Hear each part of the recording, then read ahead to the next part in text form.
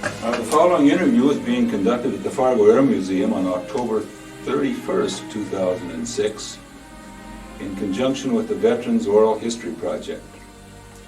The interviewer is Bob Miller, and the subject is Ralph Johnson, a veteran of World War II. Good afternoon, Ralph. Nice to have you with us. Would you give us your name and birthday? Well, I'm Ralph Johnson.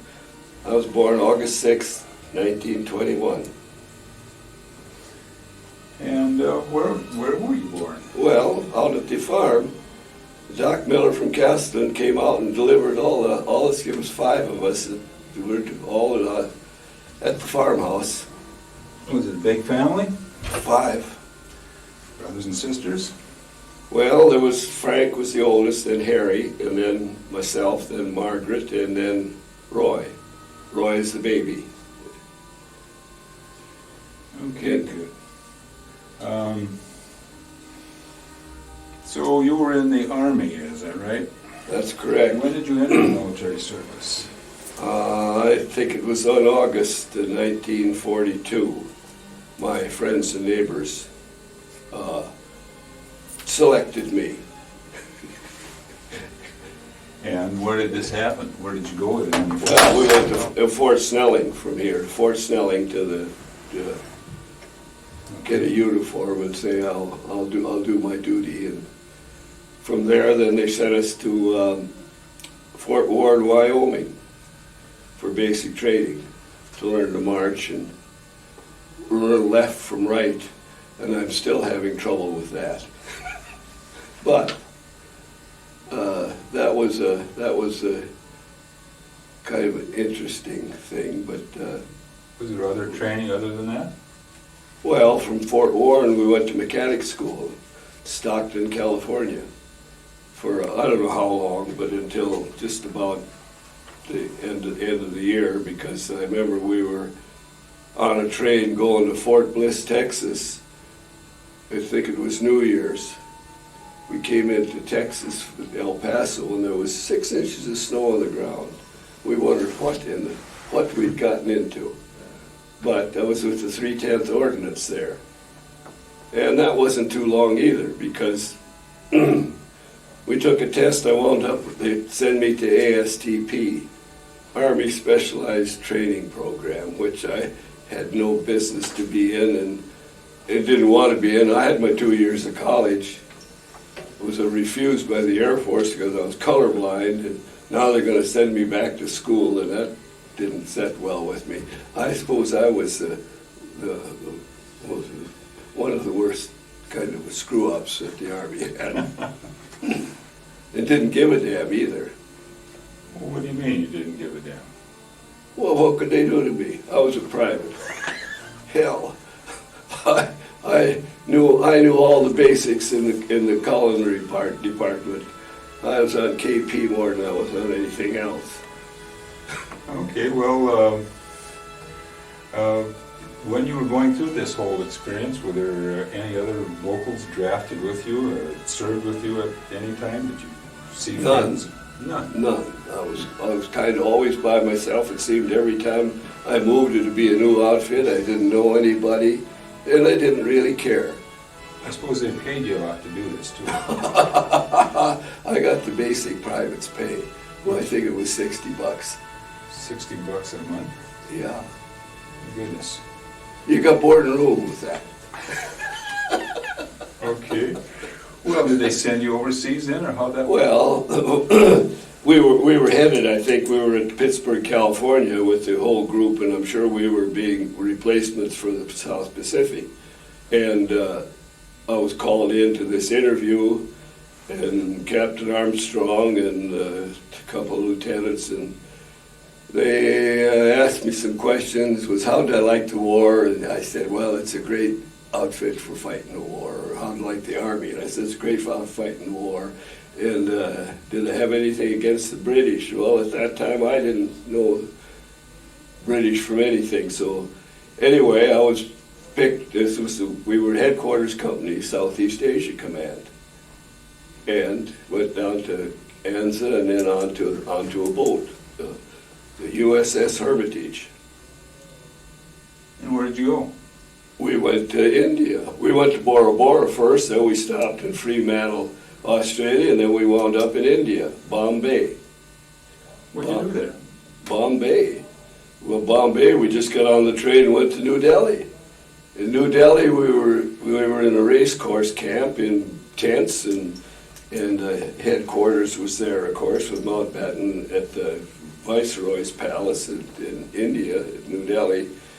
And then four of us went to Calcutta. We flew us to Calcutta, and we came back with the Plymouth automobiles, that brand new 1942 Plymouth, in the gondola in a train, and they sent us to guard them. Of course, they didn't give us a gun or anything. So the China, Burma, India thing is where you got the hat, huh? Oh yeah. Well, that's the guys after the war. Then we had a China, Burma, India Veterans Association, Okay. and it's all collapsed now. They don't do it anymore. No, well, there's nobody to do the work. It's done. There was a last meeting was the Northwest had a meeting in Rapid City last summer. So there you were driving the Plymouth. Who rode in the Plymouth? Well, then of course we went from New Delhi. Mountbatten had his headquarters picked out in Kandy, Ceylon. It was beautiful country. We were about 2,000 feet elevation, and the weather was just the same pretty near all the time except for the monsoon. And it was just like being on vacation. And I drove Brigadier General Robin B. Pape, who is the Deputy Director of Intelligence, to work every morning and back to his hotel for lunch and back to work and then back to wherever. And if he wanted to go someplace, well, it was a 24-hour trip ticket. And sometimes when he didn't use the car, I did. And I could have got into a lot of trouble, but I never did. I got to be a T5. That's T5? Yeah, that's a technical corporal. Okay. Well, it was kind of strange work. I'd take him when he got to the office in the morning. I'd say if he needed the car, and if he said no, well then I'd go over and shoot around the Gulf. So there was a lot of combat associated with this tour of duty? There was really no combat at all. We had a WAC detachment with the headquarters company, but I had no combat there either. It seemed all the old married men had the Did you get connections. You get a Medal of Honor or anything for this duty? No, I got a driver's. Yeah, I had a medal and a driver's. What they call the thing? Good conduct driver, I guess, or something. So I didn't wreck. what years, what time period was this? Well, that was in 40, let's see, we got in there in 43, 44. It was mostly 44 and 45. Up until, we were there till the war, of course, the war ended. And then we were going to go home with, points and stuff. See, Stephen and I had more points than the rest of those guys, not for combat, but just for being in the Army. And I go home, I'm right home on the boat, and I'm all by myself again. Well, except for 6,000 other guys. After you got back, there's all kinds of guard and reservists and stuff. Did you do any of that stuff? No. When I got out of the Army, I was a private, and they wanted me to sign up so they could get my old rank back, and I said, well, that wouldn't be too hard to do. And I was headed back to the farm, and as far as I was concerned, I'd done what I was told, and I was through. Good. What did you do then? You went back Get to back the to the farm? farm. My farm. Go to college or anything? Oh, yeah, well, of course, we went back to college in the GI Bill. Yeah, that was an interesting time, too. We didn't get carded going into the bars or anything. So you did use a GI Bill then? Oh, yes. Oh, yes. Okay, good. How about other things? Do you remember, like, your serial number? 3729 5237. That's right. They didn't give me I had a rifle assigned, but when we were overseas, the rifle assigned there was one guy took care of them all, and they were in a shed. We never carried them. Okay. Well, okay, so you were a farmer then, that's what you did after the war? Yeah. You have friends or relatives left in the area at all? Oh, well, of course, my brother Roy is still here, and my sister Margaret. But Mother, Frank, and Harry are both passed on. Okay. But there's a lot of cousins or nephews and nieces, I suppose I call them. Okay, well, what kind of things have you been doing here in retirement to keep yourself occupied? You have hobbies and that sort of thing? Just I came over here a couple of days, but all I could do was shine airplanes, and that got a little big, a little much. I built radio control models and tried to fly them. I wouldn't say I was really successful, but I had fun doing it.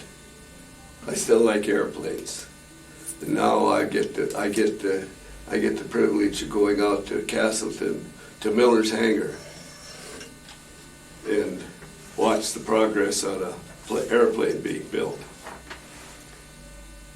Last one. Addition. Go ahead. Do you have any additional comments or experiences that you'd like to relate to us? Oh, I was, as I say, I was in the job that every mother wanted her son to be in, way back with the generals out of sight. Mountbatten was interesting. Roosevelt gave him 2 black Cadillacs, and of course they had to come over to our unit to be serviced. But it was a kind of an experience to see all these guys. Mountbatten was a real character. But that's about all I did. I suppose the only real tricky thing was we were coming into Bombay. We must have been a day out of Bombay, and we had another troop ship with us in a convoy, two British cruisers and a couple of destroyers. And we're sleeping up on deck this night like we always did. The captain got us so we could come from down below in the hold to up on the foredeck, and we're just there. And all of a sudden, all the lights went on. Man, they were flashing here, the one on the other side, and the 2 ships, and we were watching, we went just like this. And the cruisers and destroyers were off someplace. There was smoke going, and of course then we're general quarters, down to the hold, and I don't know what happened. But it was kind of interesting. That's about the only interesting thing I was close to the war. Well, thank you, Ralph, for spending time with us here today for the interview and sharing your military experiences. We wish to express thank you for your service to our country.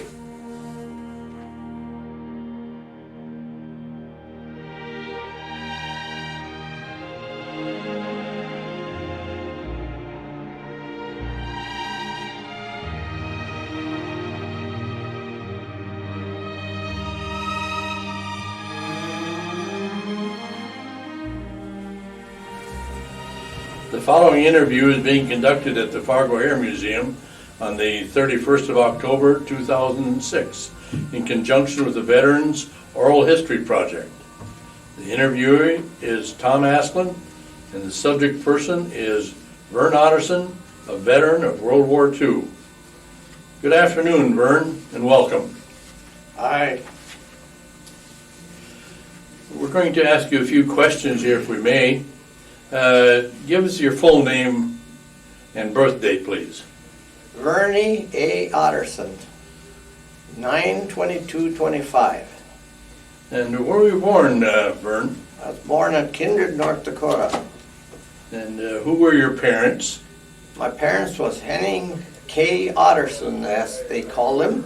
He was a World War I veteran. Okay. And do you have any brothers and sisters? I had 4 sisters, but no brothers. That was Margaret, Harriet, Adeline, and Marion. When did you first enter the military? I went in April of 44. And where did this take place? I ended, I went in service in Fort Snelling, Minnesota, and then they sent me to Texas, to Abilene, Texas. And your military branch was? Well, they put me in hospital, medical. They put me in for medical because I said, well, why did you have on my sheet, it said limited service, and he said, you may never go overseas. Well, that wasn't true because it seemed like after he tried me out after my training, he tried me out as a cavalryman, and he says to me, would you like to stay here and train soldiers? And I said, no. I said, I don't like Texas. He said, if that's the way you feel, he says, you're going to go overseas. And I said, okay with me. So that's how I ended up going overseas. So actually you were in the Army, right? I was in the Army, yeah. And you took your basic training at? Well, it was by Abilene. Abilene, Texas. Yeah. Okay. Did you have any additional training? No. Just the basic training? Yeah, just the basic training, yeah. Okay. And then they sent you overseas? Yeah, I was overseas in September of 44. Okay, and where did you go? Well, they sent me to England first, and then I was in England maybe a couple days. And then they sent us by troop ship, and we slept in hammocks while we were going over. And we ended up in Normandy, So I went through Omaha Beach. But it was way back in September. It was a lot. But I did go through Omaha Beach. I see. And your duties then were? Well, I was supposed to be a medical hospital, but we ended up being an evacuation hospital because the war was going real fast and they needed something to get closer to the front lines, and so we ended up going closer to the front lines. I remember when we were first getting some patients, I said, how far away from the front line? The guy said, well, he said it could be anything from maybe a mile to 5 miles, he says, He said, because he says that things are moving kind of fast. So we had patients coming in, and he said, we don't have enough ambulances to take care of them, so they were piling them too deep. They had one on top of the other. I don't know how they did it, but that's what they did. So you worked through a hospital facility? Yeah, I was a medical technician, I see. Yeah, I was given shots and pills and helping along with the doctor and orthopedic work, but I didn't like it. That wasn't my kind of work. You see, I came from the farm, and I was more like a truck driver. When you served there, did you by any chance serve with any close friends or relatives? No, I didn't know anybody really. Just the ones I got to know when I was in the service. Do you remember what your pay was? Seems to me when I was overseas it was like $67. Okay. It wasn't very much. How long were you overseas? I think it was about 17 months, 16, 17 months. Now, you say that you served in Europe. What areas were you in? What countries? Well, we were in Normandy, and then they moved us closer in, closer up. And after that, I didn't know where I was at because we didn't have any map. And I've talked to some other service people too, and I said, when I was over there, I said, I didn't know where I was at because I said didn't have any map. Only thing I remember, we must have got close to Battle of the Bulge because I remember we also went through Holland area and Luxembourg. It was close to that. And at one point we ended up by Aachen and Cologne area. So you covered a big area in Yeah. Europe. And So then I remember when we moved, one time we moved and we were riding in like an open cattle car. You know, it wasn't any doors, I mean, it wasn't one of those with a roof on it, it was an open one. I suppose it was a French one, I think. Moving from one area to another? One area to another, yeah. Okay. Were you experiencing any combat time? No, I was lucky that way. The closest thing we got was we had an ammunition train parked, and we were parked with our tents close by there. And the Germans must have knew we had ammunition train because they sent a V-2 rocket over, and that landed and hit one of the cars, and it blew up. And when it blew up the ammunition car, it also blew all our tents over. And of course, we had a stove in the tent, and lucky thing we didn't have any fire in it, or I suppose it probably would have set fire to our tent. But the thing came down right on top of our heads. Okay, that was an unusual experience. Yeah, it was. Did you have any other experiences? And then, of course, with an explosion like that so close by, I got tendonitis, I got that ringing in the ears. And you've had that ever since? Yes, and not only that, but you see, to start with, I figured, well, I have to live with this without ever getting any pay for it until I met, would you call him Jim Brent? Yes. Brent?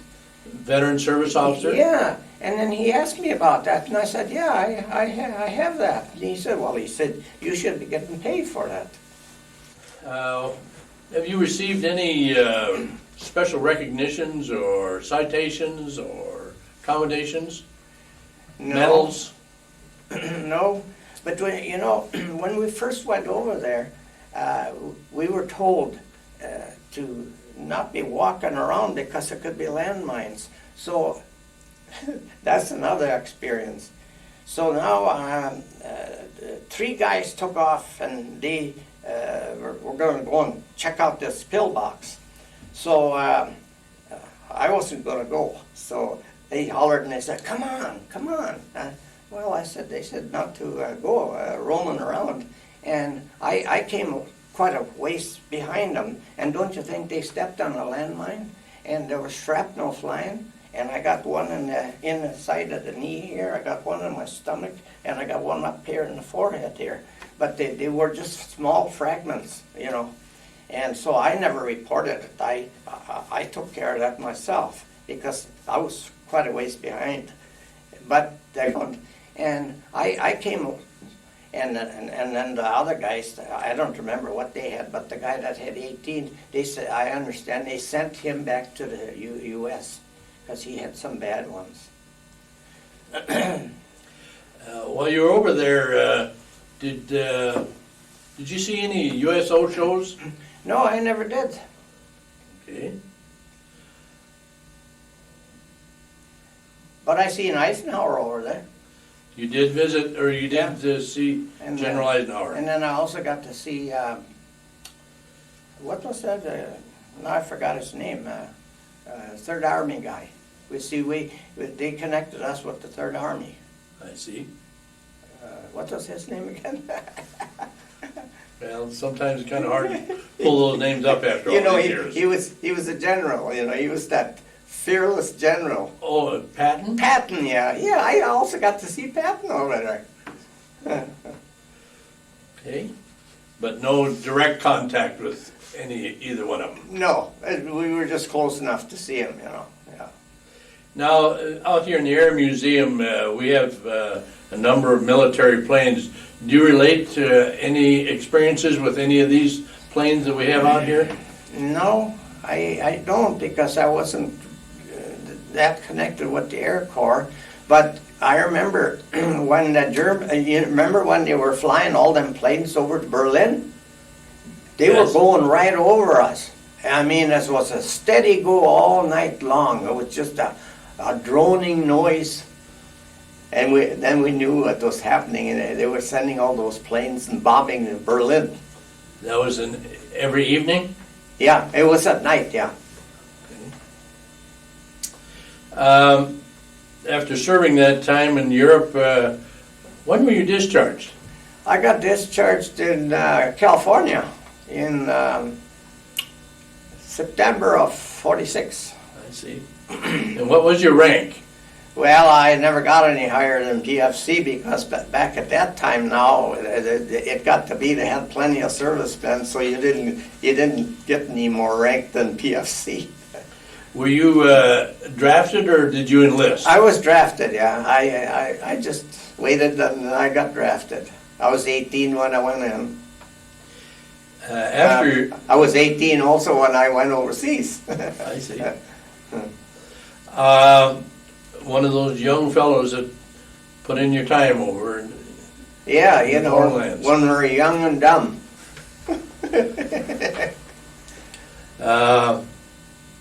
Did you have any other military experiences after you were discharged, reserved or anything like that? No, I never did join the reserves. Okay. Have you ever attended any military reunions? No, I haven't. Okay. And have you maintained any contact with any of the people that you served with? Well, I tried to, but I could never seem to get any answer from them. I would send them Christmas cards, you know, because I had a few of them's address, and I never heard from them. So I don't know what happened to some of them. So I just had to quit sending cards, and they didn't. And the cards never came back either. So I don't know what happened there. Do you by any chance remember your serial number? Not really. Seems like it used to be. Well, I'm not sure. I guess I better not say it. It'd be wrong, I think. After being discharged, there's a GI Bill. Did you participate in any of the GI Bill program? No, I didn't. I should have. You know, I should have really taken up some school like high school. I never did get high school. Okay. My dad, he liked the bottle too much. No kidding. And so he said we didn't have enough money to send me to high school. I see. And we lived out in the country and we had tough roads. There is a program available to veterans who served during the Second World War to get a high school diploma if you apply for it. Oh, yeah? You may want to look into that. What's been your occupation, Vern? Well, I started out, I was a lineman. After I left the farm, my dad wanted to sell the farm because he had been in World War I and he was hurt. And so he wanted to sell it in 47. And I said I didn't want the farm. So I went in and I joined Cass County Electric out of Kindred, and I was a lineman. I was with them from 48, 49, 50, 51. But they didn't pay much, so I told them if I didn't get any pay, I'm going in to get a different job. So I came into Fargo. I worked for Firestone Tire Rubber Company. I worked for them for a couple of years, and then I went and sold cars in the wintertime. And then I ended up going out, and I was the bulldozer operator for Cass County Road Department. I can tell you, I had a lot of jobs. Then I was an electrician with Schroeder Electric out of Grand Forks, and then I took a home study course in electronics, and I ended up having my own business. I went into business in January of 1960. And I stayed in that for 26 years, and then I retired, and when I retired, why, that was it. Do you have any family members in the Fargo-Moorhead area yet? Well, I have a sister living in Dilworth, and her name is Adeline. Her husband just died here about a month and a half ago. He was a military man too. He had been in the service. Do you have any hobbies or? Well, my hobby is dancing. That's really what I do. That's good exercise. Have you done any volunteer work since you retired? Oh, yes, I'm a regular volunteer out in Medora, North Dakota. I've been there 9 seasons. And I'm usually out there anything from 1 week, 2 weeks, to sometimes 4 weeks. And then I also volunteer at the Sons of Norway. I usually work there on Fridays at noon luncheon. And I get there usually about 10 in the morning, and I keep on till about 2 before I get out of there. Do you have any additional comments or experience that you'd like to share with us in relationship to your military days? Oh, you know, I reported this stuff to Ray Harkema. You remember Ray Harkema? What stuff? He was the service officer for state of North Dakota. Okay, what stuff are you referring to? To the shrapnel, you know, Okay, that I got. right. And we turned it in, and then they interviewed me over at the VA, you know. And the guy said, "We don't have any record of it," he said, "so we can't do anything for you." So I said, "Well, okay." I said, "I just thought I'd report it." Well, we thank you, Vern, for spending time with us here today on our interview and sharing your military experiences. And we wish to extend you a special thank you for your service to our country. Okay, thank you.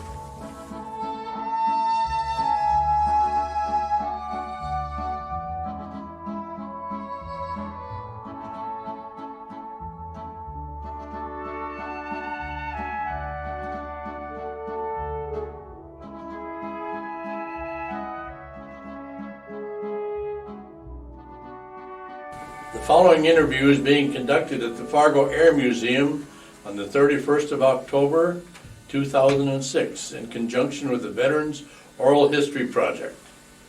The interviewer is Tom Asplund, and the subject is Wally Backlund, a veteran of World War II. Will you give us your full name and birth date? Wallace Backlund, on May 31st, 1920. And where were you born, Wally? Hicks, North Dakota. Who were your parents? Fred Backlund and Elmo Pearson Backlund. Did you have any brothers and sisters? I had 3 brothers, Carol, Pete, and Irvin. No sisters. When did you enter the military service? In February of 42. And where was that? I went through Fort Snelling. Snelling. Okay. And what military branch were you in? The Army or? I was in the Army. Yeah. You were in the Army. Yeah. Okay. And what unit were you with? I was with the Armored Division. Okay. And where did you take your basic training? In Camp Cook, California. And that was, what time do you recall? Well, that was shortly after I was inducted in February, and in 8 weeks I suppose was the training, something like that. I can't remember. That was in 1942, correct? 42, yeah. Okay. Camp Cook, California. Did you have any additional training after basic training? Well, I went to Fort Knox for gunnery school there to take care of for artillery and stuff, and that. Other than driving, you know, all that stuff and that. What was your first duty assignment after their training? Well, that was what they called artillery. I took care of the guns and the ammunition for the company, issuing them out and taking them back in again, like for when we were training. And then later on, I took care of the bigger guns and the cannons. When you say bigger guns, what are you referring to there? Do you recall? The tank gun, the 75 millimeter guns. Okay. On the tanks. Okay. Were you ever stationed with any relatives or hometown friends or any of that? Well, I had one party from Hawley and one from Hitterville. Arnold Moe and Charlie Hansen was the same. So you're able to communicate and talk about things from home? And I had one from Barnesville was with us, and close to home ones. Do you remember what your pay was? Well, it was 21 to start with. I don't know what I wound up with. $21 Yeah, a month. a month, yeah. Did you see any overseas duty? Went overseas in March of 44. Landed in England to start with. And how long were you there? Or when did you come back? Oh, I came back from Germany in October 45 we left. So you're over there about a year and a half or so? I suppose close to that. Yes. And you were stationed where in Europe? Well, we weren't really stationed there, we just kept on the go all the time. Okay, where did you, what was Well, your... we started out at Utah Beach. We started out at Utah Beach in the division. That was about, I don't know, 20-some days after the initial invasion when we went aboard there. You started out in England? Yeah, we started off in England, And then what other countries did you pass That through? was France, Belgium, Holland, Luxembourg, Germany. Okay. And what was your unit's basic responsibility? Well, like I said, we done the spearheading, and it was to cut off German troops from our columns and stuff, and breaking them up. And we'd line up sometimes as artillery to back up the infantry or something like that. We traveled with the infantry. We had infantry companies in our battalion, and each battalion would have so many infantry troops riding with them to clean up after we went through. That's what happened. So you traveled right with the infantry, basically. Always right with the armored tanks all the time. We followed right behind them all the time. So when you refer to the artillery portion, you were tank artillery, is that correct? That's right, yeah. So you did see combat, is that correct? Oh, yeah. Were you injured by any chance? Pretty near, not quite. I was lucky. I was up in the tank or the retriever, and we had a 50 caliber gun that I was kind of in charge of when we were traveling, and I had the skate mount on there, and I was going through this field where there was a bunch of shocks that the Germans had dug in under, and going through there, and I was worried because this skate mount was supposed to about that big around. I was worried somebody throwing a grenade or something, and so I was looking over the top of it. One bullet came by and just gun here and kind of peppered the side of my face a little bit, but that was about it. So if it had been a bit higher, it would have gone right through. Other than that, I was well satisfied. You mentioned a shock, some shocks. Were these shocks of grain, or what Yeah, was it? grain shocks, yeah. Grain field. And then they explained Well, they dug in under them, the major foxholes under them, and then from there the infantry would line up with the rifles and stuff, for sniping on them. I see. We lost a captain, and we lost quite a few of them. They're driving in the jeeps and half tracks and stuff, and that deal. So they'd act as snipers out of those Yeah, that's right. But emplacements? Yeah. Are there any other experiences that you recall happening at that time? Well, there was times, yes, but like I said, I don't remember the details of them, but I know it was getting under artillery, German artillery and stuff a lot of times on that. And one time when we were bivouacked, that big birthday, we had a little trouble with that at one time, but never got any explosions out of it. The shells landed, but they never exploded on that. Is that That big railroad gun. the one that was on a railroad transport? Yeah. But they never exploded in there, but they were lucky there for that part. I'll get another clap in here. Wally, you mentioned that you were born and raised in the Hickson area. Yep. And you mentioned that you had several members of your family, brothers and sister. Are you a married man? Yeah, I got married in 1947 to Irene Otterson. Do you have any children? No children, no. No children. And you spent your days as a farmer, is that correct? Mostly, yeah. Okay. I subsidize my farming with meat cutting in the wintertime. Did you receive any recognition such as citations or accommodations while you're in the Well, the military? Other than the Bronze Star, but I also got a recognition from Belgium. I don't know whatever happened to it, but we had Belgium gave us a citation for liberating Belgium and Luxembourg. And I don't know what I've ever done with it. I don't remember the deal. And you say you did receive a Bronze Star? Yeah, I did receive a Bronze Star. Did you receive that while you were over in Europe or after you came back? Well, we're in Germany. What happened, I guess, it surprised me, but anyhow, one of the tanks had got knocked out or got into trouble one night. They loaded the track on it and they needed help to get it going again, so we drove out at night to get the help and get the track back on and get them out of the area again.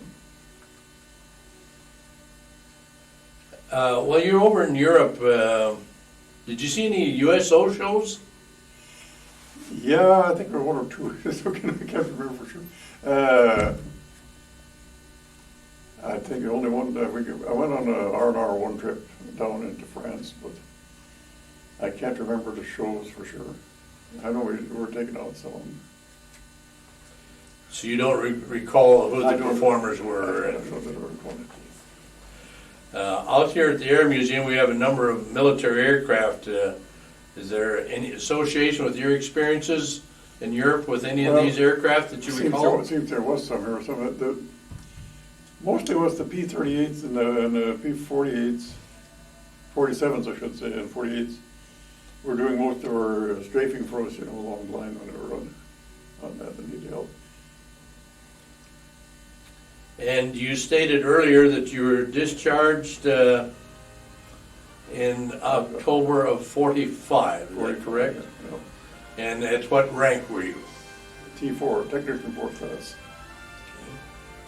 After you were discharged, did you have any follow-up military service? No. Reserves or anything like that? Have you ever attended any military reunions? I took in quite a few of them years back, but I haven't done it last year. There's nobody left anymore. What was the unit that you or the reunion that you went to? 5th Armored Division. 5th Armored Division. Yeah. Did they have that at the same location every year or different? No, they traveled around different places. When they had them in the Midwest, we took in most of them. The last one I think I took in was in Florida. The last one I took in. Do you recall how many you attended? Oh, I imagine probably 10, 12 at the most. These last years have been mostly in the East. And I haven't got nobody left anymore to visit with. My next question is, do you maintain any contact with any of these people? Not anymore. I did up until they passed away. Now here's a question for you. Do you remember your serial number? Oh, yeah, 3717166. I guess everyone remembers that. I started writing in my telephone number. Upon discharge, there's a GI Bill available. Did you, I took you like that? advantage of the training bill. I worked at a grocery store in Dixon there and worked under Carl Sal and Stedham Road as far as meat cutting and take care of the grocery stores. So you took up meat cutting on the GI Bill program? That's the only one I did. I Well, see. I took in the schooling over Moorhead. I can't remember who was in charge of that. But we had woodworking and all this different stuff to take up our time. So your occupation since your discharge is what, basically? Retired. No, but after you're released from the military, I was farming. Yeah, farming and meat cutting. meat cutting. I worked in meat markets in the wintertime. I worked some in California, some in Colorado, and most of the time in Minnesota for Fargo. Do you have any family members remaining in the FM area? None of the service, no. No, I mean relatives. Do you have any? Well, my brothers and their families, you know. Have you developed? Go ahead. Go ahead. Have you developed any hobbies or particular interests? Not anymore. I used to hunt and fish, but that's gone. And have you done any volunteer work? This one's in our way. At what capacity? Well, a little of everything down there. Making lefts on Railroad Road, serving dinners, whatnot. Do you have any additional comments that you'd like to make in relationship to your military service? Well, it's like I say, it was quite an experience, and like I said, I wouldn't sell it for $1 million, but I wouldn't want to go through it again.